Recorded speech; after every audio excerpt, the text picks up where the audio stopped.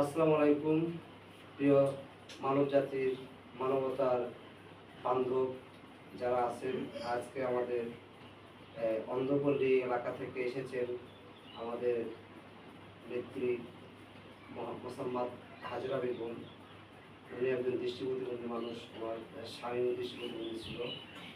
উনি এখন একা একা মানে চলাফেরা করতে সমস্যা হয়, ইনকাম করে কেউ নাই।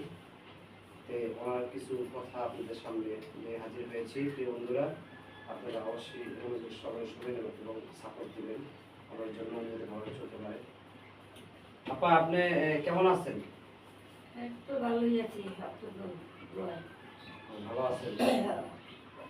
আপনার এই মানে চোখের যে সমস্যাটা, এটা আপনার কিভাবে হলো, কবে থেকে হয়েছে? মার পেটের থেকে আমার চোখের সমস্যা। জন্মগত ভাবে সমস্যা না? ও, বুঝতে পারছি। আপনার শুনছি আমি, আপনার স্বামী তো চোখে দেখে না, চোখে দেখে না, চোখে দেখে না, তাই এ তো দুনিয়া আইসি অন্ধ হয়েছে। ও, বুঝতে পারছি। তাই উনি যে মারা গেছে কয় বছর হয়েছে? 6 বছর চলে। এখন কি চলেন আপনি? আমি চলি, মেলা কষ্ট করে চলতে আসি, অনেক কষ্ট হয়ে গেলে চলাফেরা করতে। রাস্তাঘাটে চলতে মনে করে না, যেতে মন চায় না।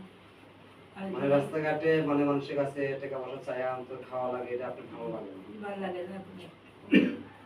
দেখেন, একজন মানুষ আল্লাহর সৃষ্ট জীব, 18,000 মানুষের সৃষ্ট জীব, সে ইনসান, সম্মানী জিনিস, সম্মানী ব্যক্তি। উপাধি পেয়ে মানুষের কাছে হাত পাততে আসলে সবার কাছে সবাই খারাপ লাগার কথা, এটা অনেক কষ্টজনক কথা। এই বন্ধুরা, আমাদের এই সমাজের লাঞ্ছিত, নিপীড়িত, প্রতিবন্ধী জনগোষ্ঠীর জন্য কিছু একটা করার জন্য আপনারা সবাই উদ্যোগ নেবেন। এখন আপনি কি চান? এখন আমি চাই রাস্তাঘাটে যেন আমার চলাফেরা না লাগে।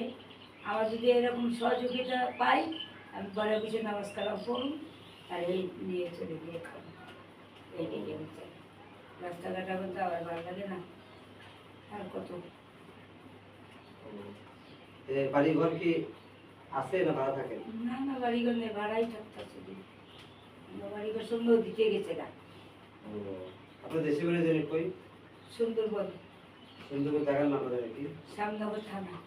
ও, সুন্দরবন শ্যামনগর থানা। ওটা হচ্ছে আপনার সুইচ গেটের দিকে না?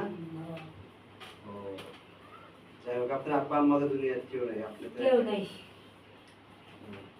ঠিক আছে। প্রিয় বন্ধুরা, এরকম মানে যারা রাস্তাঘাটে চলাফেরা করে, এদের যদি কিছু করার কোনো ব্যক্তি থাকেন, তারা অবশ্যই আমাদের সাথে যোগাযোগ করবেন। কারণ আমাদের কাছে আসছি, আমরা তাদেরকে নিয়ে এসে আপনাদের সামনে হাজির করবো। আপনাদের সরজমিনে মানে নিজেরা সহযোগিতা করবেন। ধন্যবাদ সবাইকে, অবশ্যই আমার পাশে থাকবেন।